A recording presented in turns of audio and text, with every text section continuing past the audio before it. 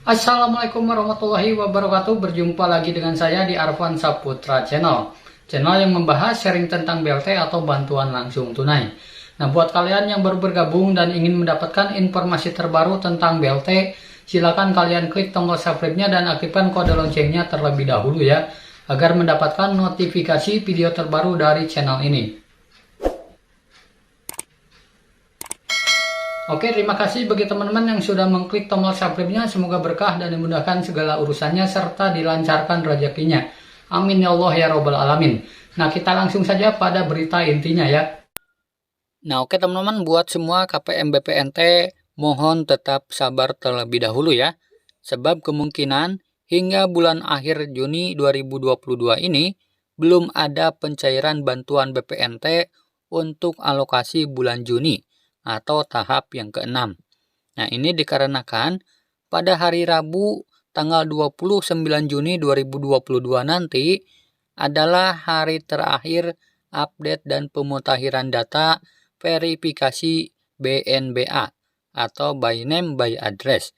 Nah, yaitu hasil verifikasi ketidaklayakan peserta PKH, BPNT, PIP, serta PBI atau KIS BPJS Kesehatan. Nah, jadi perlu diketahui ya, sampai nanti akhir bulan Juni akan terus berjalan untuk survei ke rumah para KPM PKH maupun BPNT. Nah, ini adalah untuk memverifikasi apakah layak mendapatkan bantuan atau tidak. Nah, jadi untuk KPM, baik itu KPM PKH maupun BPNT, yang rumahnya sudah disurvei dan dipoto, itu kalian masuk ke dalam verifikasi kelayakan ya teman-teman. Nah, apakah masih layak atau tidaknya untuk pencairan yang di tahap selanjutnya. Nah, nanti hasilnya akan ada di tanggal 29 Juni 2022. Nah, jadi nasib untuk menentukan apakah cair atau tidaknya nanti di tahap selanjutnya itu tergantung dari hasil verifikasi kelayakan tersebut ya. Nah, jika kalian masih layak berarti nanti masih bisa cair. Nah, dan apabila tidak layak, kemungkinan di tahap yang selanjutnya bantuannya tidak akan cair lagi. Nah, jadi saat ini data penerima ini harus benar-benar valid ya teman-teman dan padan, serta aktual dan eligible. Jadi semua data itu harus terstruktur secara berkaitan, baik di Dukcapil, DTKS, Dapodik, ataupun di aplikasi EMIS.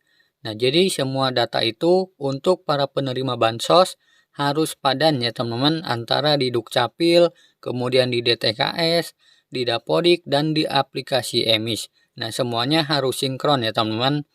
Nah, maka dari itu, data KPM itu harus diverifikasi dan dilaporkan oleh pihak operator 6NG di desanya masing-masing.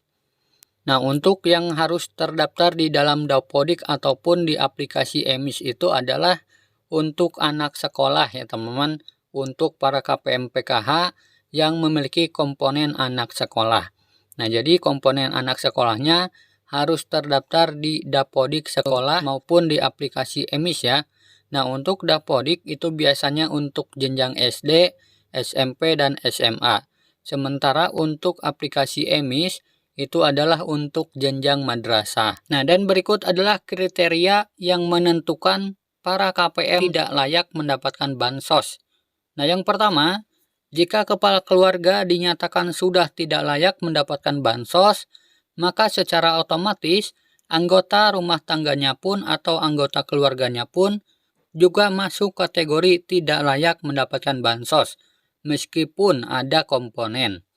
Kemudian yang kedua, apabila bantuan status PBI-nya ditidaklayakkan, maka secara otomatis bantuan lainnya pun seperti PKH dan BPNT serta PIP masuk ditidaklayakkan.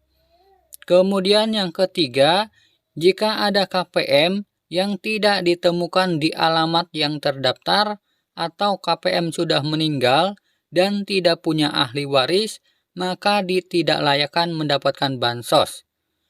Kemudian yang keempat, KPM yang sudah sejahtera, maka harus dinyatakan tidak layak lagi mendapatkan bansos. Nah, kemudian apabila sudah dinyatakan tidak layak, maka nama KPM akan tersimpan di sistem serta dikeluarkan dari DTKS. Nah, kemudian bila nama KPM sudah keluar dari DTKS, maka secara otomatis bantuan PKH, BPNT, dan PBI serta bantuan PIP tidak akan diterima lagi. Nah, sementara berikut ada informasi bocoran untuk KPM yang kepala keluarganya usia produktif. Nah, ini akan dimasukkan ke proyek graduasi ya teman-teman dan dialihkan ke program kewirausahaan. Kemudian selain itu juga mendapatkan bimbingan, dampingan, dan penyuluhan serta pembelajaran. Nah, kemungkinan nantinya akan diberi modal ya teman-teman. Nah, kira-kira berapa ya modal untuk usahanya? Jadi sesuai bocoran yang ada, ini akan diberikan sekitar antara 2 sampai 5 juta ya teman-teman. Nah, tapi perlu ingat ya, ini masih berupa gambaran. Belum resmi tahu berapanya nanti. Nah, kita tunggu saja informasi selanjutnya dari Kementerian Sosial Republik Indonesia. Nah, jadi itu adalah informasi penting untuk para KPM BPNT untuk semua umur ya, mulai dari 29 tahun sampai 60 tahun. Semoga video ini bermanfaat. Sampai jumpa di video selanjutnya. Wassalamualaikum warahmatullahi wabarakatuh.